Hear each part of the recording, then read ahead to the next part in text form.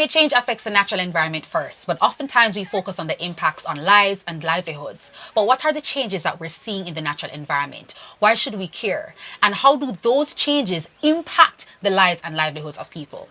I'm Damion from the Global Yaadie podcast. Welcome to another episode. I am here inside the Blue and Jonker Mountains National Park inside Kingston, Jamaica, or outside of Kingston, Jamaica. And I am at the National Park Week, or the National BioBlitz. But more interestingly, I'm here with another special guest that we've been trying to chase forever on the Global Yaadie podcast platform. His name is Damion Rooster Whyte, the terrestrial biologist known in Jamaica, and we're so grateful to have him. Damion, welcome.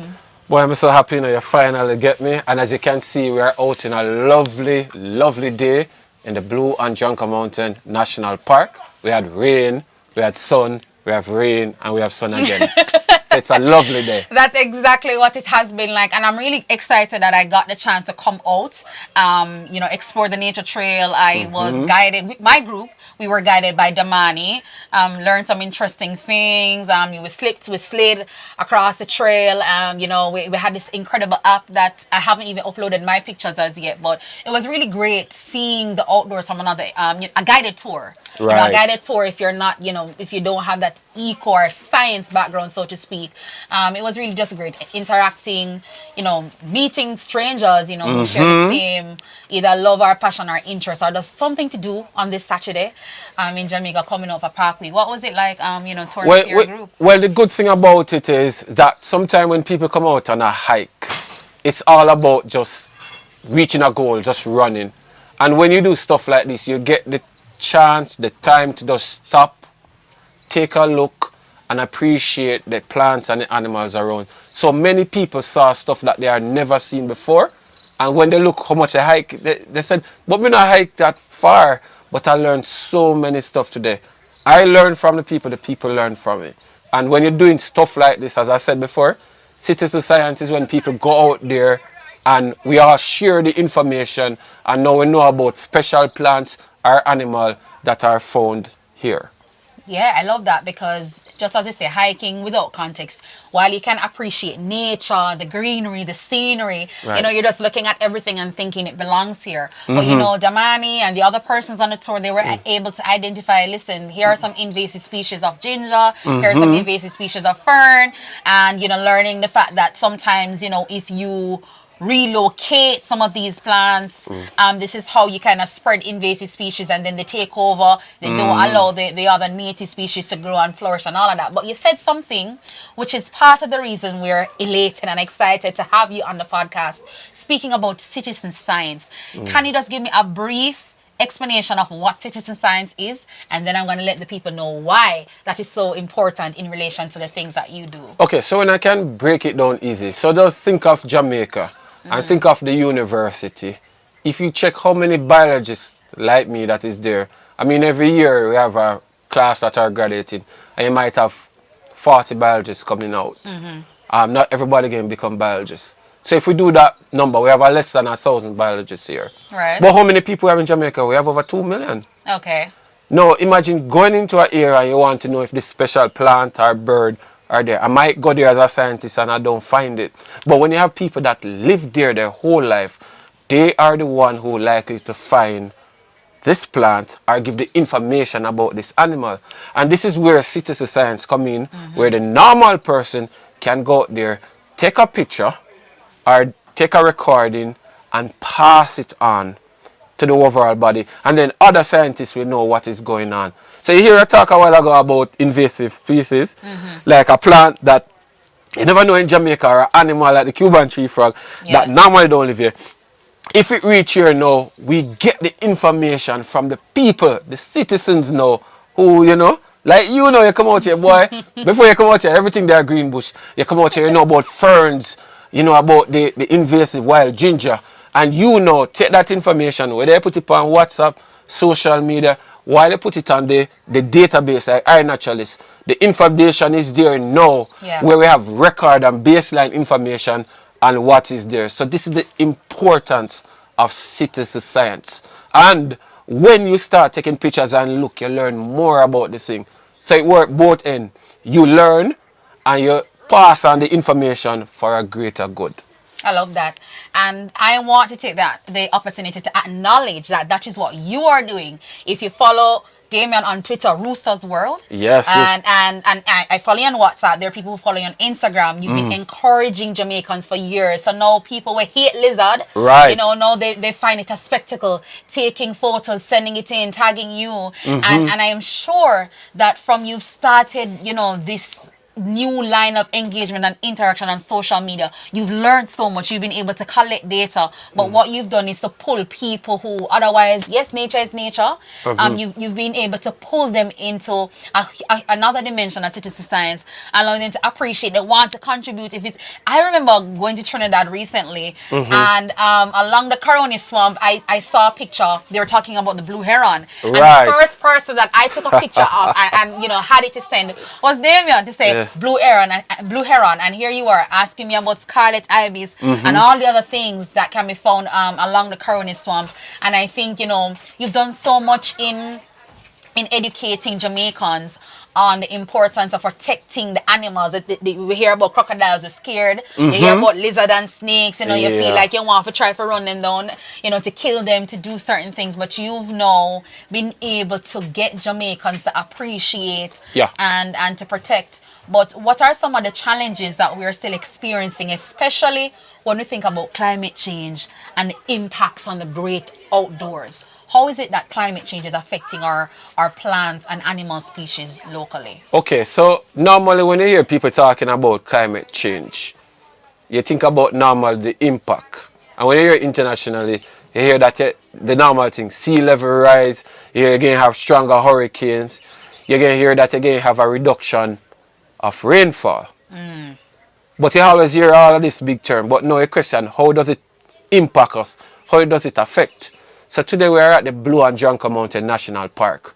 When you go around here, you see all of this mass around, a lot of rainfall. And so you have high rainfall, you have the elevation, producing this special climate, as I would say, up here. And you have special plant lichens and all of that. What do you think happens when enough rain fall up here? The place gets hotter. You have less rainfall. So some of the plants that have evolved to deal with this moisture disappear. And then the next thing is you have a number of the plants, some of the invasive, that can't do well in a moist, cold environment. Maybe think about it, mosquito. You're up here so you don't feel much mosquito. But when the place gets drier... That was a joke. Yeah, I know it's a joke. But when the place gets drier, you have species like that moving up. So now you're going to have mosquitoes that could not deal with this kind of environment moving up. One, and what would that be now? You might have dengue up in areas that you never get before. That is one way you could look at it. The other thing you can also look at it, they are trying telling you that with some species, when the place gets hotter and that, it speed up their life cycles. So for example, going back to the mosquito again, you might have some species that will take 2 weeks from egg to larvae to the adult. When some of the place, the environment good and get hotter, it might take 8 days. What that mean? A bigger infestation. Now, when we look back now, you have special places like the Blue and Jonker Mountain and you have the cockpit country. One of our special animals there is like, when you think about the Jamaica swallowtail, many of our people don't know it look. One, we hear say one of the biggest, largest butterfly in this hemisphere. However, it needs a certain level of humidity for the caterpillars to, when they're what we call changing to the adult. Yes. Right? You need moisture for the wings to come out and don't damage. Now, when the place gets too hot, you can't do that. What impact it having on these special animals? So what we are going to see now with climate change, with the place getting drier, some of these areas that we know are naturally wet, it affects some of the plants that we normally see. It affects some of the animals that we normally see. And this will have a direct or indirect impact on us one way or the other way. Check Portland right now, which was once said one of our wettest parish in Jamaica. A matter of fact, in one area, it did have one of the highest rainfall in the world. Now, when that rain cut there now and the place start get drier, you go around there now, it affect the river. What people do up there, people will go catch a janga. It affect them there. What's janga? No, janga is our local name for our freshwater, like freshwater shrimp or a crayfish. That is something that a lot of Jamaicans like. Yes. And the sad thing about it, when the water level drop because of climate, we're not doing much study. We don't know what the impact we have on them. We know right now, yeah, some Jamaicans that take it the opportunity during the dry season to go poison the river to go and catch them, which is a no. Oh, Yes, them poison the river. let's get into that. Why would they poison the river? Well, the thing is, no, when you're going for Janga, Right. or the ship, people would normally go in there, put baskets, or they go at night time to catch them. Right. Now you have some people who are lazy and can't wait, so they get the idea of throwing different level of insecticide in the water, and what it does, it kill everything in the water, including the crayfish. It kills some fish. You have freshwater spider. You have freshwater. It kill everything. But question, which though it kills everything, so are you so what is the benefit of them trying to flush out the janga? Does that mean then that they're capturing dead janga? Yes, to they're eat, capturing to dead sell? janga. Yes, to eat and to sell. And then the thing is, they're killing mother, father, and pitney. So both adults, juvenile, everything they're killing. So what can happen, a couple months, how long does it take to return? Oh, so the reproductive cycle is thrown out of balance. Right. And then people now are saying that when they go to get the janga now, there's none. So what that forced the person where normally go and buy janga from, they have to buy imported janga. And what happened to the janga when them kill with the chemical when them sell to me and you? Wow. So these are the things that you have to think about. So when the water level get low now, some of these guys take this, go out there and put the chemical in there. Right.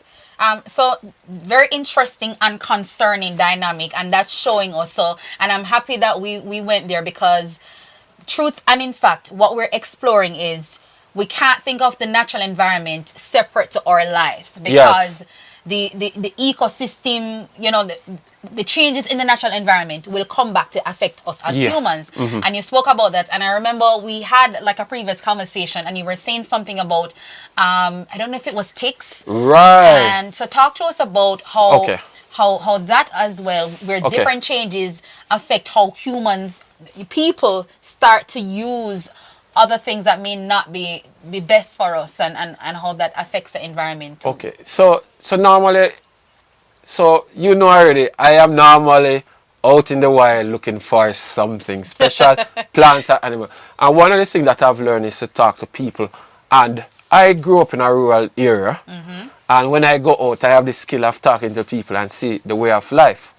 So doing some work in St. Anne, we find out going to the area. And are you loading up the parish? Yes, we love St. Anne, man. We go out there, going in. I love rural area, and talking to the farmers out there. Yeah. And going out there, I see these guys with these big spray buckle of this substance where every minute they must spray upon themselves, and then tell me ticks. So the guy tell me, say, boy, water get lower, the drought get longer, we're not getting much more rain, it'll affect the crop.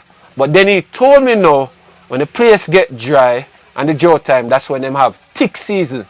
And what they call ticks here, the baby ticks, they call grass lice or silver tick. So how it normally go, these ticks, you see them on the animals, the adult female ticks go suck blood, and when she done get her belly full and get big, she drop off, go somewhere under a leaf or something, lay her eggs, and 100 of these eggs hatch, and all of them wait on the plant for you, a human being, a walk or animal, brush on it, and all of them run, and the cycle there.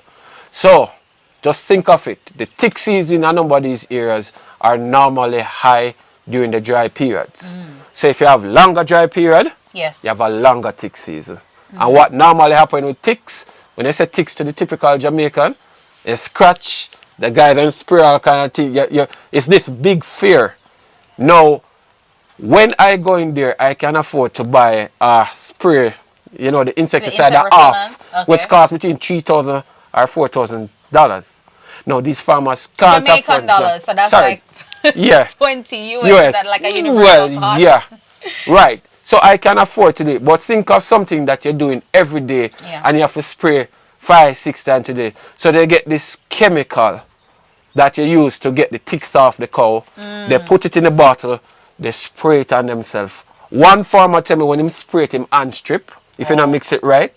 Somebody tell me said them have allergic reaction, but there's no other option. And when you read the bottle, it says it's not something that's supposed to be repeated use.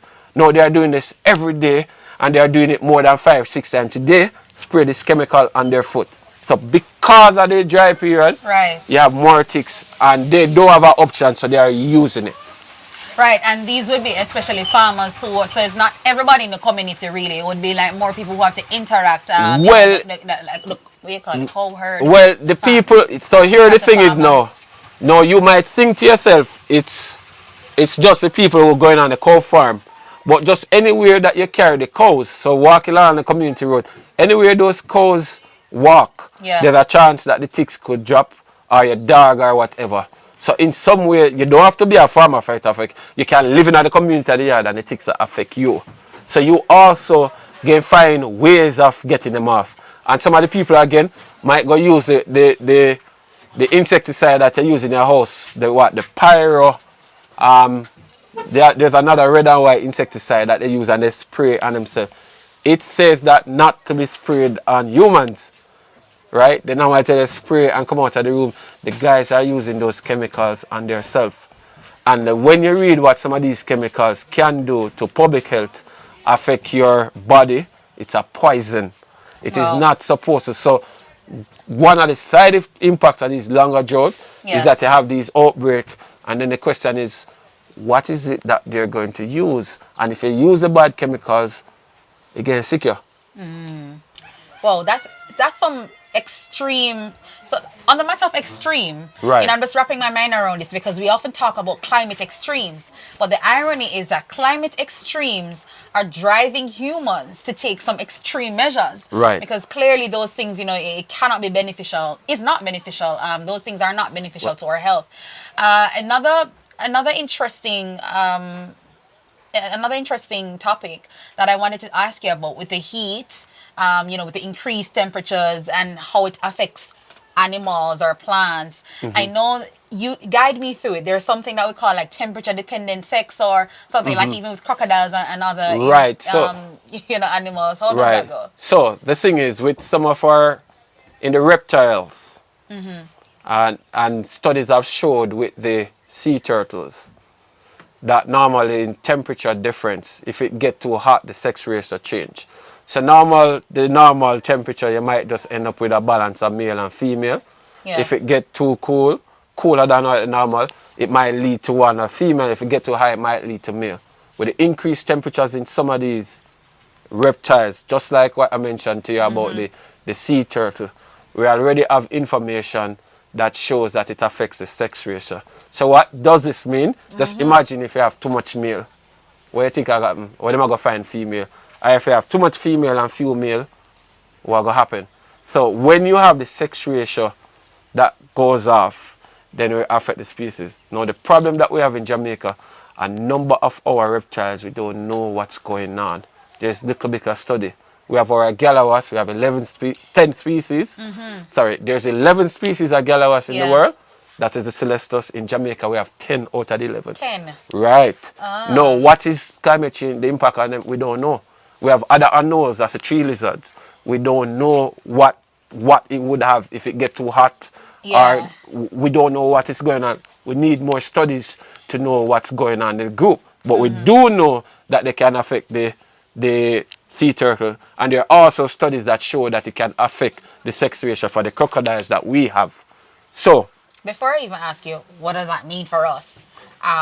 You mentioned gallows. Yeah. And I know that there has been some recent stirs in the media and interesting about a Galloway specimen being returned to Jamaica. Is it, I think, from Scotland? Something Right. about in the 1800s it was taken from Jamaica. And I know that you've been doing some conversation around that. So share with us, what Well- does that mean for Jamaica? And I heard you use a term called reparation justice. Right. So dive into all of that. Well, just state, I personally am very excited to know that the Galliwas, the Jamaica giant Galliwas, Celestus Ossidius.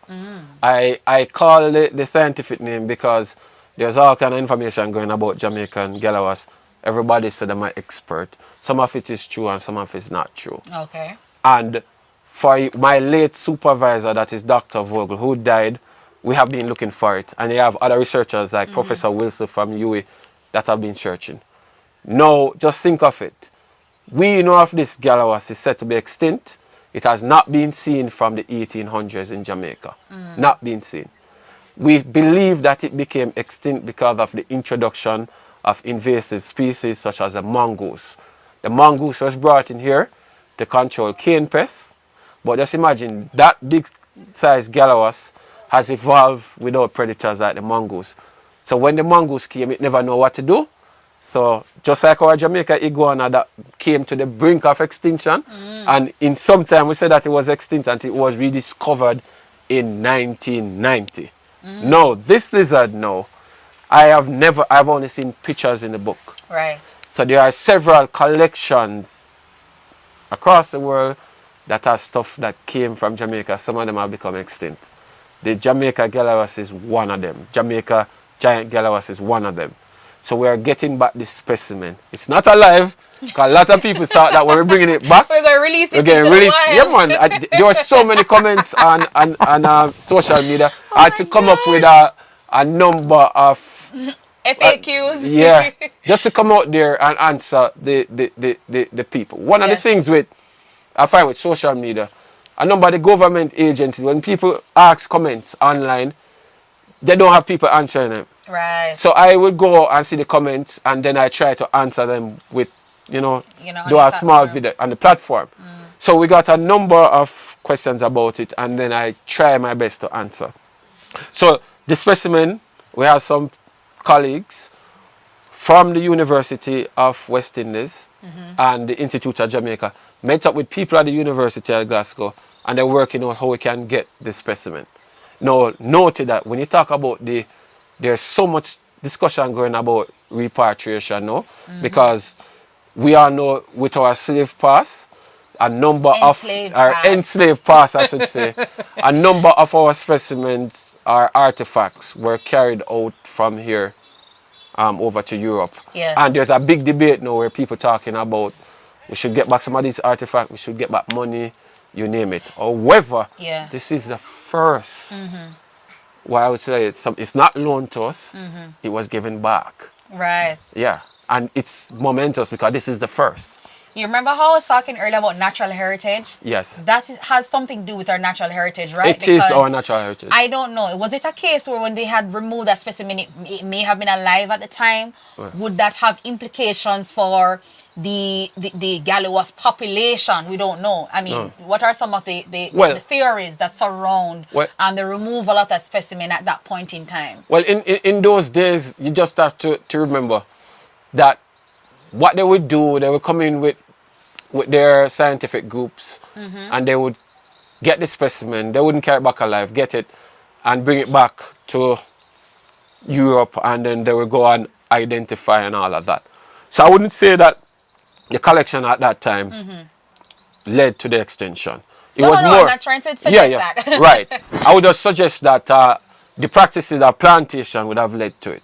So Right. at that time, they were collecting a lot of these stuff. They have them in their museum. You know, a lot of people go to museum.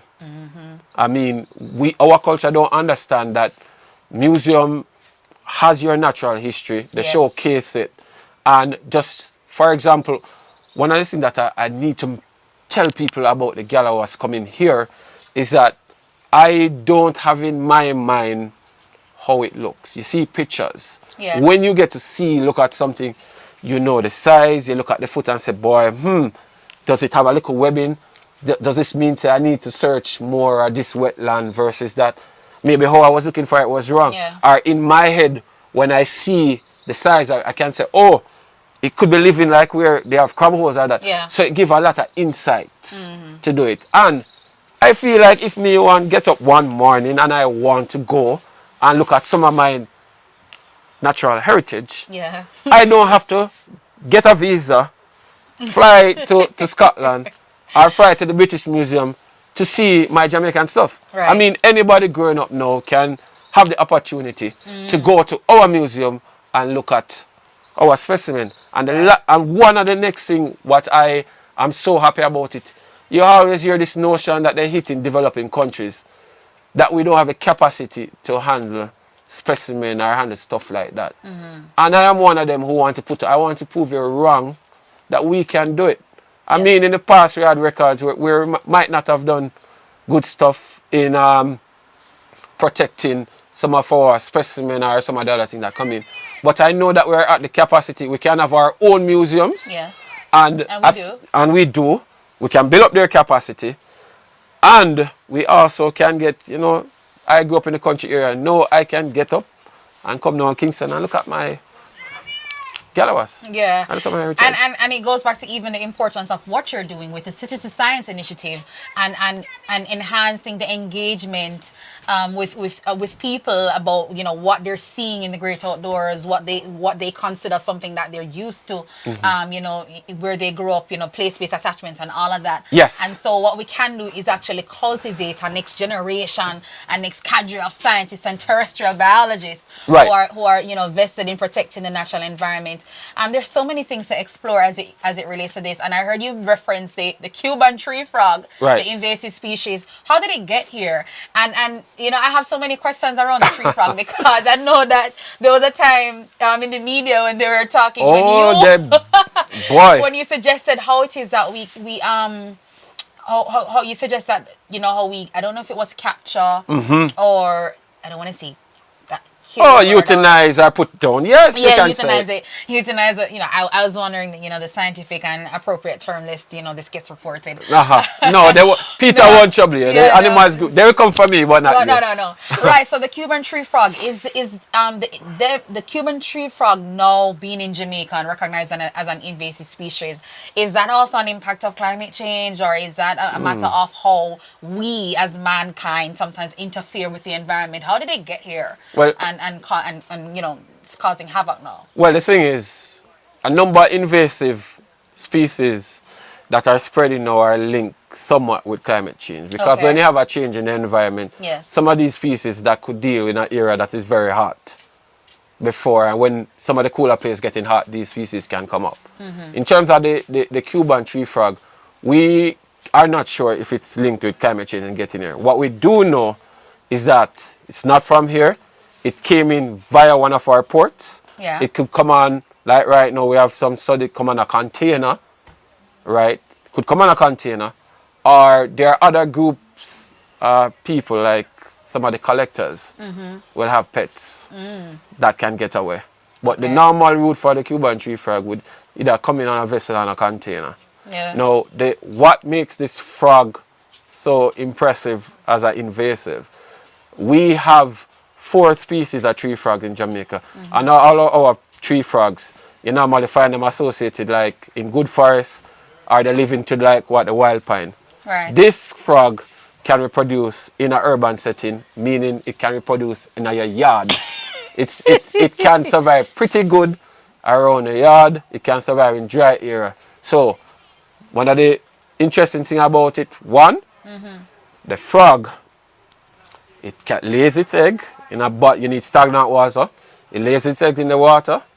In about a day, the egg can change into a tadpole. And in about 30 days, it can move from tadpole to frog, which goes up to the adult. Now, some studies are putting that in time when it gets too hot or so the water dry up, that it can move from 30 to 24 days. They're very adaptable and changing. So speeding up the growth rate. Oh, yes. So the heat, the increased temperature, prolonged drier time, speeding up the growth rate. Speed it up. So if it knows it's not going to have the water for 30 days, somehow things kick in. Move fast. And then the next thing about it, what it does. So anything that it goes in the mouth. Anything it can eat, it will eat its own self. It eats your small lizards. It can eat small birds. One show that it eat bat. It ate a bat. It shows up in your pipeline, block up the pipe. It shows up in electronic conduit boxes. And they have a knack to go in bathrooms. So people moving, has people here who call me screaming, move the shower curtain, I want to jump on the chest. And she said, what she to do her chest, nearly had a heart failure. I know a guy that have dropped down, man were faint. And another thing with it, some studies have shown that it can, some people that have some allergic reaction, like in terms of initiate their asthma, or some people, they cannot produce a protein on their skin, and this secretion can cause allergic reaction on some people. So in terms of rash. So they love showing up at the house, they love showing in the kitchen, and they eat. The impact on our wildlife is that they eat birds, they eat lizards, small snake. So there are big problems. So they're, I don't want to say apex predator, but they're almost like a top line predator well, for our yeah, because we don't have no big lion. Lion. Exactly. That's why I can't say apex, but yeah, I know. Yes, they're a big problem, and a lot of people are not aware of it. And so for example, in an era when a lot of them are calling, I hear people already say it affected them sleep, what to do with this noise. Somebody call me and tell me, say, boy, they thought it was somebody up them when them hear the noise. Because remember that you grew up in that area, you never hear this noise. Are you hearing all of that? You're wondering what it is. Yeah, wonder what it is. Yeah. Or you get up one night and you see red eyes and look upon you. Two and look with one another. I mean, you might can decide whether you live with a cooking lizard or your Cuban tree frog. One or the other. One or the other. You mentioned about like pipelines and water catchments. So I'm wondering in rural areas or areas that people may have their tanks and do they get into this and because now you mentioned stagnant water, so not just with mosquito-borne diseases that we have to be vigilant to not have stagnant water around us, but now you don't want to be creating a habitat for Cuban tree frogs.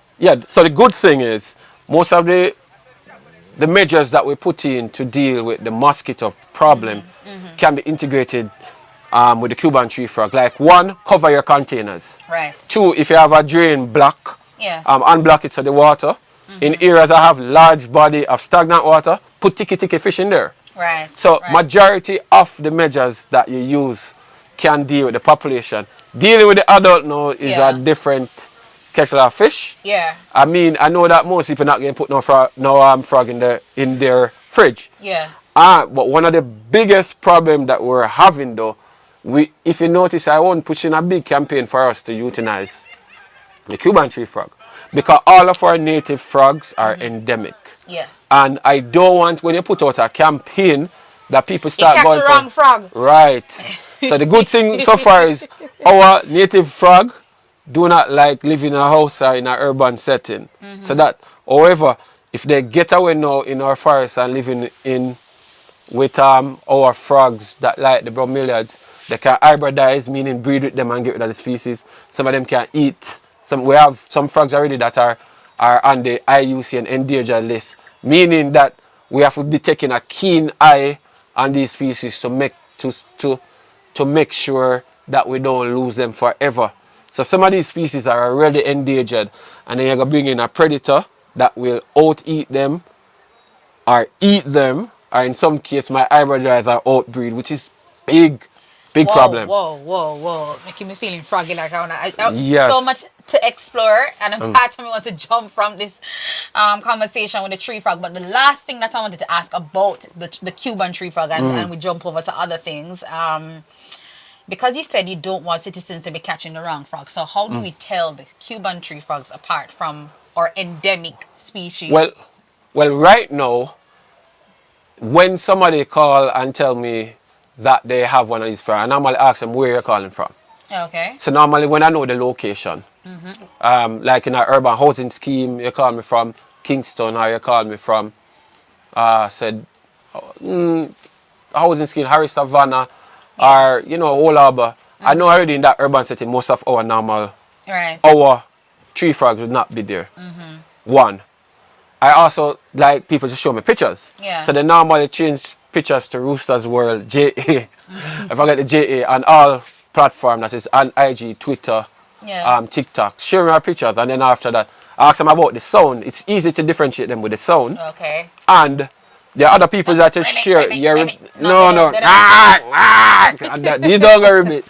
We also ask people that they can show NEPA, and you have other groups like Wildlife Jamaica. So normally we ask people first to show us. Sure. We also put out information on how the frog's supposed to look. But these frogs can change color too, you know.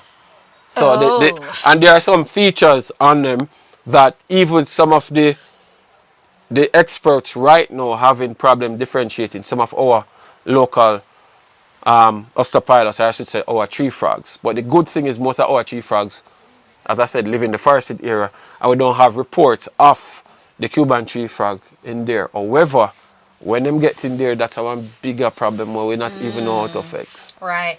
So there are two things that we want to explore, and we've been exploring in this conversation. So there's one, the impacts of climate change on the natural environment, right. You know, spotlighting the plant and animal species.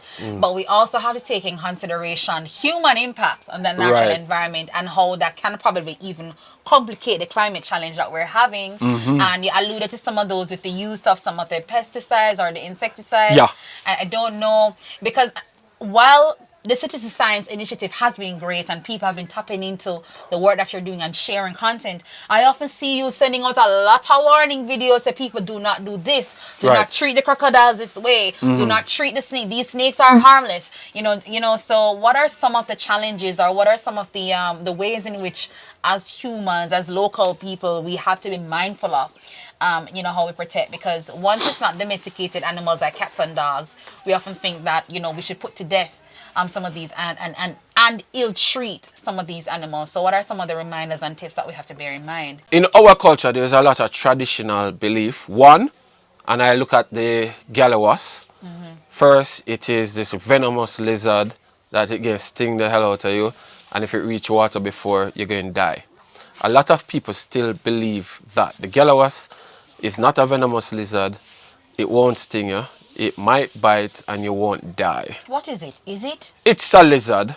It doesn't have any sting. Okay. It's not going to chase you down and bite. However, because of this folklore with it, and a lot of people believe the folklore, the animal is persecuted. Right. So somebody might go out in the wild, yes, outside, moving a log, move the grass. So the gallowas, it's a lizard. It's going to be slithering away because it's very scared of a big human that looks like an alien to it. And you go and you chop it up. Yeah. And sometimes they got confused and they might go on your veranda. So I've been putting out information to people. Just get the broom and push them out. I am not telling you to love it. If you hate lizard, if you're afraid of them, I know. I'm just asking you to respect it. Okay. Because just imagine, they were here before us came here. Therefore nowhere else in the world. And then you get here somebody say, kill all of them. What they use?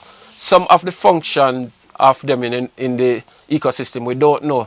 And if we human don't put a definition of what you think it in the ecosystem, does that give you the right to go and kill it? Right. We always have to ask what's the monetary value or what it's doing. A lot of it we don't know. No, and if you don't know, that doesn't give you the right to go and kill it. Yes. One, there are other things. I saw a video on social media the other day.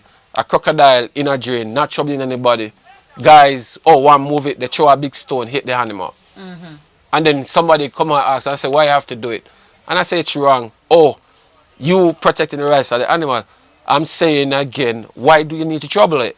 You're right. And then you have people who might tell you that if they hear an owl screech, that means somebody's going to die. So what again do? Kill the owl. No, if that was true, that means nearly everybody I know would die by now, because I'm always studying and looking for the owls. Or at least the owl is warning us. Or the owl is warning us. The owl is just doing what an owl does, which is try to make its own family, maybe marking out its territory, flying around, screeching, and that doesn't mean you need to harm them. Yeah. And you also have a number of people who are looking for social media content too. Okay. And will go out and do some of the stuff. So there is a protected, our parrots are protected. I know you go on social media showing, oh, this is how I gummed the tree to catch it. This is how I take my slingshot and shoot the protected species. And when the authorities come out for you, you are going to say, oh, they are bad. Or you might go out there, the parrots are protected. You catch the parrots and you're selling them on social media. Oh, whoa. But a number of people don't know this, so I Right. use my platform to bring out the information. Very important that you shared that, and you touched on something when you said sometimes we don't know the value, and whether from an expert or non-expert perspective, if you can't place the value, we feel like, okay, how we treat the animals, you know, it's justified. But then I always think about the invisible function. Right. And that's the thing, we don't know, but they're doing something and they're helping to maintain the balance. But can you share with us, for those that we know, what are some of the important role That they serve? yeah, I mean, just as a well, today I learned, you know, just as how either the bats or the birds, you know, they will spread some of the seeds, you know, Right. through their droppings or otherwise, and that's how, you know, we can, you know, they're helping to do that service. So, what's the value of protecting? Well, the thing is, for people who really have to ask that question. well, it's good to ask the question. I mean, I could start with the bats. In Jamaica, we have 21 species of bats. 4 of them are found nowhere else in the world, meaning they are endemic. Now, bats offer a number of service. One, we have insectivorous bats that come out at night time and eat a lot of insects. Not humans, insects. Insects. And Okay, these great. insects that we're talking about would affect your crop. Or some of the, even the mosquitoes that bother you. So they play a role of eating tons of insects. Right. Services that you, when in your bed, you not even know that they do. If Yeah. you get them out, then you have more pest problem. Then you have some of the fruit bats now who might carry almond and stuff at your house, and some people might be mad. But they play a role in spreading a lot of the seeds around. Right. And then we have some of the other bats, the nectar bats, that deal with pollination just like that. Just like your bees. Yes. They pollinate, and stuff that are talking like they pollinate your soursop. Yes, they do it. Some of the orchids.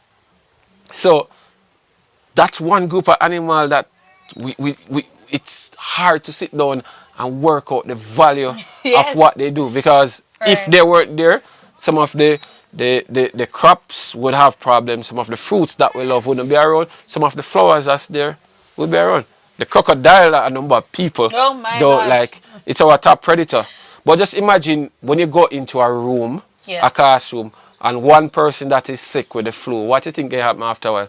Everybody sick. Right. So same way in just in the river again, you have some of the fish there. It catch the weak fish, the sick fish. So it don't go and So how the crocodile knows that that's a wee fish and it's sick because fish? I don't want him catch easier. That's how nature does it, you know.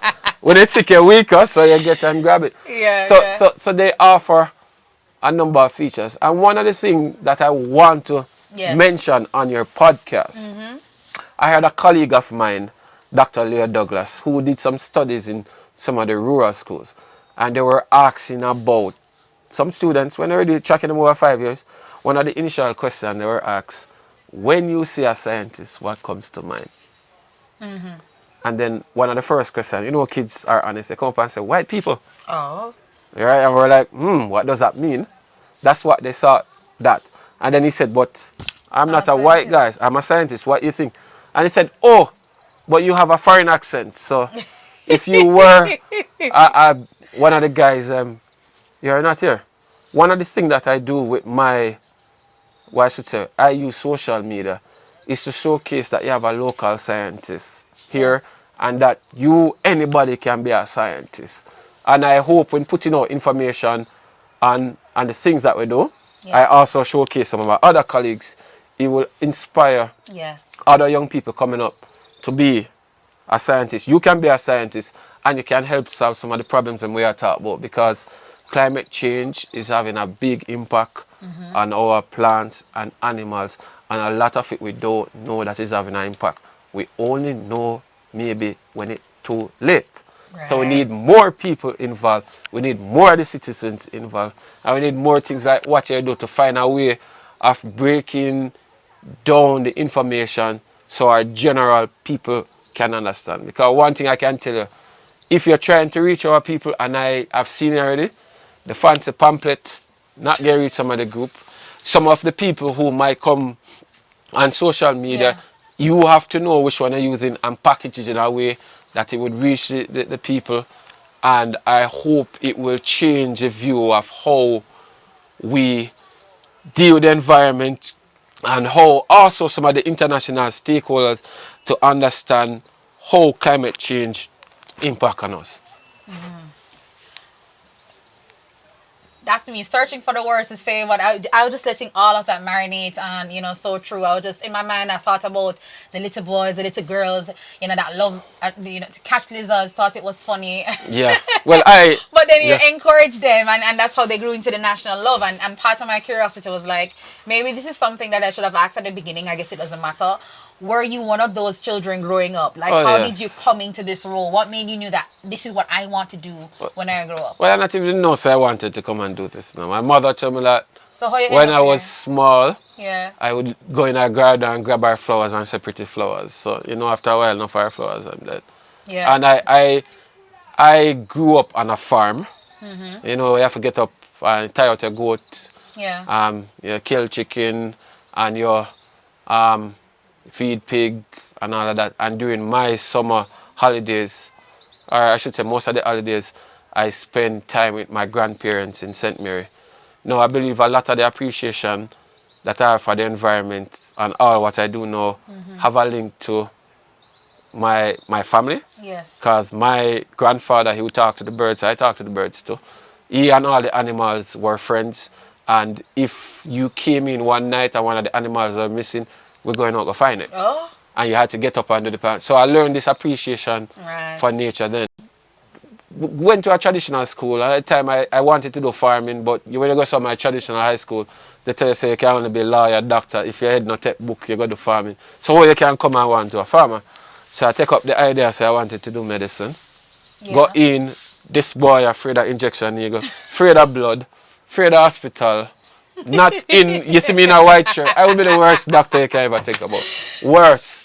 But my first year at the university at West Indies, there was this head of department. He not even know why the difference is making in my life, who came into one of the class and he said that damn boy chat too much. I can find something for do. And he took me the day and carried me over to BirdLife Jamaica, which is one of the NGO that deal with birds. And You're the president now. Sorry. Yeah. Oh my God. But let's go. Yeah. Imagine carry over there, and I learned so much about birds and that, and I've been in the environmental circle. That one change that the head of department, Dr. Steele, brought me over, and this brought me in the environment world, and it's like he brought over something and being a perfect fit. So from the many years I brought over there, I've never ever regretted that day. And I saw him the other day because he's pretty old. He came over here and I was telling him thanks, and him not evil. Him said, boy, him not evil, did realize he did it. Yeah. Meaning he did a good, just something good, not even think about it, not even know what he did. But that made a change in my life, and that produced the biologist that I am right now. The terrestrial biologist. Oh yeah, yeah. Yeah, you have to use it So, because yeah, we are land biologists. Yeah. We deal with the water too. I love it. But even the water, we didn't even dive into, as we mentioned, about the climate impacts, what's happening in the coastal communities and the fish stock and seafood and all, and that's a whole nother ball game. But Oh, that's a lot, yeah. yeah. That can impact the fishers a lot. That's right. All right, since we went there, just a little bit, because I want to go over into iguana territory with you. But if you could just share with our audience a little bit with, I know some people might be aware, climate change, the increased temperatures, what is it doing for our oceans? And what role can we play as well in, lessening the impacts? Well, there's so much stuff going on when it comes to with climate change and the oceans. I mean, you see so much of the documentary. I hear so much of my colleagues talking. Well, so locally, many, but so much. But I mean, when you think about the marine environment, yeah, you have to go big and then come in. You think about the stuff that we take a lot out of here. Some of the fish that we have here migrate different areas. What is affecting the food that they are eating with the water getting hotter? We export conch. We have lobster. We have all of the fish. You hear a lot of fishermen talking nowadays that they have to go further. The further mean that it's hard to find the fish. Yeah. Is it that And we it's dangerous for them, isn't it not? it's dangerous for them, it costs more resources, and then you hear the part we're over harvesting, but over harvesting, what's the other part with climate change? Chicken in it there no. So we have all of these stuff impacting our fisheries. And you have commercial fish that you eat, but you have other organisms in there that right now, when you look at it now, last year when the waters got hot, it affected the corals, right? So you had a lot of what we call coral bleaching, where the algae that live with the coral it gets too hot, they're gone. And then when the algae leave, it put the coral at risk of dying. And when your coral reef mash up, you're not going to have much more fish. So it's a whole cycle affecting. So we have to look into those stuff. The hotter water, again, affect our corals. Affect the Right. coral, it affect our fish. And It's, outside of affecting the fish, what does how else what's the impact of our dying coral? well, just imagine tourists. Tourists come here to look at our coral reef. Yeah, So what you think going to happen with the beach and all of that, with the coral reef going away? yeah, yeah. You hear all about the Great Barrier Reef in Australia and how people are concerned. Just remember, it's an ecosystem. When one thing is affected, it impacts the other. And that's why we have marine biologists doing a lot of work. And we need more young marine biologists to come in. And we need funding. Because Yes. a lot of the stuff that I Get the do, money. I do it with my own funds. And it takes a lot. As I tell somebody, it takes money to care.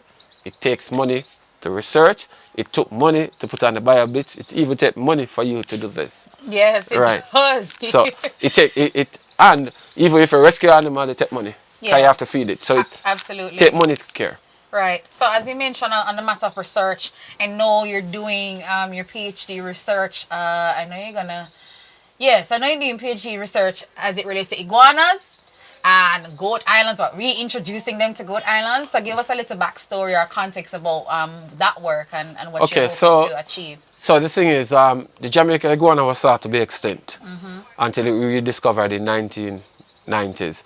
And Jamaica and its international parties have done a lot of work in Hellshire Hills Yes. in getting rid of some of the invasive that is impacting the iguana. What kind of invasive? Tree Like- frogs over there? No, not tree frogs, right? Okay. We have like the mongoose, we have cats, dogs, and even feral pigs that go and dig up the nests or might eat some of the juveniles. So we have to do stuff in there to protect these nesting sites.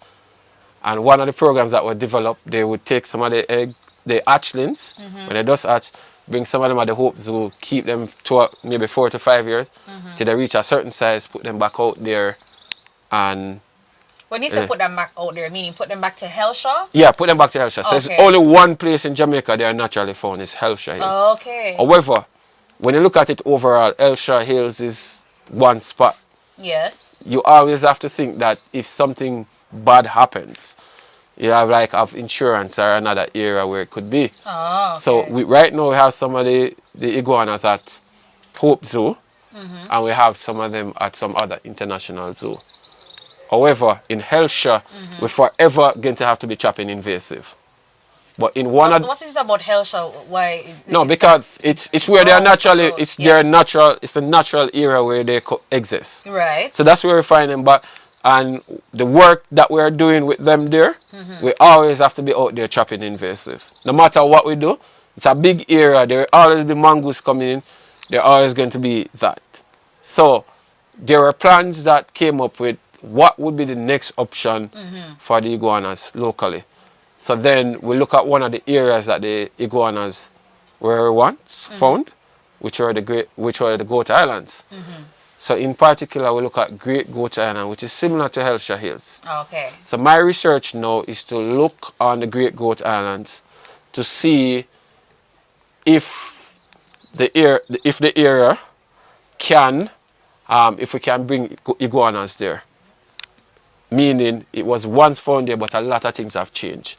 So we have to look on if enough food is there, if nesting site is there, what invasive are there, and what we'll need to do to get them off Yeah. before we can bring the iguana there. So my research is to look at the habitat and see if it is still suitable to bring by the iguanas. So when we go out there, we do. We go out there, go define what a nesting site is, check and see Okay. much nesting site. We go there, go check and see which invasives are there. and I look at the plants. So I put in all of that together, and that information will guide the planner and other researchers might do when we again put an iguana back over there. Okay. Or other. And do the changes in climate also factor in their The growth and climate, survival rates, or not so well, much? I'm not looking at that, but climate Okay. change will impact on them because, you know, with climate change, you can have, they said drier areas, drier, you can have drought, more drought period. So if you have drought, will there be food? And it will also impact with stronger hurricanes coming. So if a big hurricane come and mash up the whole island, will it affect them? Well, I wanted to say dog, but I was like, I'd imagine so if they said the whole island. But Yeah. but outside of climate changes, on a regular, what's the ideal conditions for the iguanas to thrive? Well, They're right, like dry, not too dry. the ideal condition right now is a dry forest in Hellshire. Okay. But they were once found in Kingston. Ligani got his name from iguana. So Yeah, they that's were, an Arawak. yeah, the Tiny Ligani little- plains, yeah. So they were distributed on the south coast. So they were mostly found in that drier part. So they do well there. So when you are thinking about reintroducing an animal, Yeah. you have to go back and see if the area is suitable. And that's what my study comes in. Well, thank you for the studies and all that you're doing in, boosting the citizen science movement and ensuring that we're protecting the natural environment, and also, ensuring that we fully understand and come to appreciate the flora and fauna and the invisible functions, even if we don't see, Yeah. and even if we don't know, just recognize that there is value to protecting and preserving the species, except the invasive species.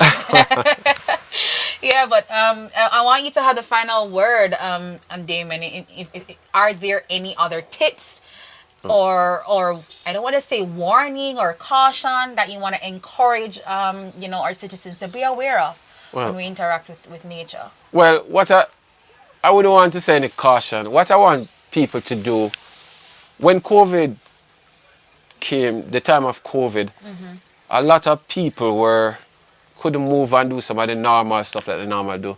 And they got the opportunity where they had to take time to see what's around them. And at that time, people start seeing nature. I mean, for example, where we are now after COVID, you had a lot of people doing more hikes.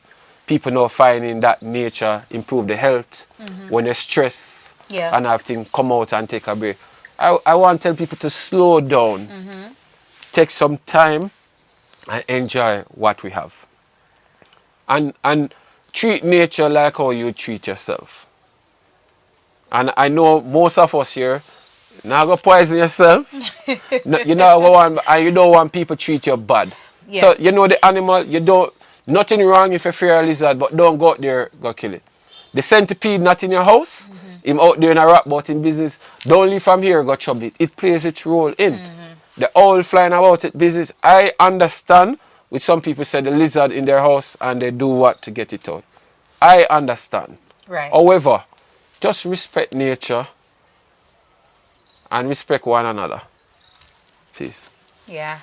And I know I did say the last word for him, but in case for people who did not get how they want to join Rooster's World, how can they connect with you on social media? Well, as I said before, and I say it again, I'm on Rooster's World JA, which is on TikTok, it's on IG, it is on Facebook, and also on YouTube. Oh, And X. Twitter. We're X. calling it's X. And the other one where IG create, I don't even remember. Threads. Yeah. So I'm on all of that, and I'm also on WhatsApp. Yes. I will answer your questions, and I love when people share nature in any way, picture, poem, you know what. If you don't feel any way in asking any question, I'll answer your question one way or the other. Remember, as I always tell people, there are less than 1,000, or you want to say 5,000 scientists, and there are 2.5 million of us, right? 2.5 or 2.3, whatever million, there are a million. And imagine everybody sharing the information on there. There are so many animals and plants that we are out there looking for, and it might be something normal to you, but when you share that picture, it does a lot.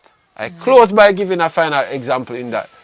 A number of the fishermen here, when you start seeing pictures of people showing whales in Jamaica, And people say, wow, they're there. Talk to the typical fisherman. Yeah, man, I see that normally.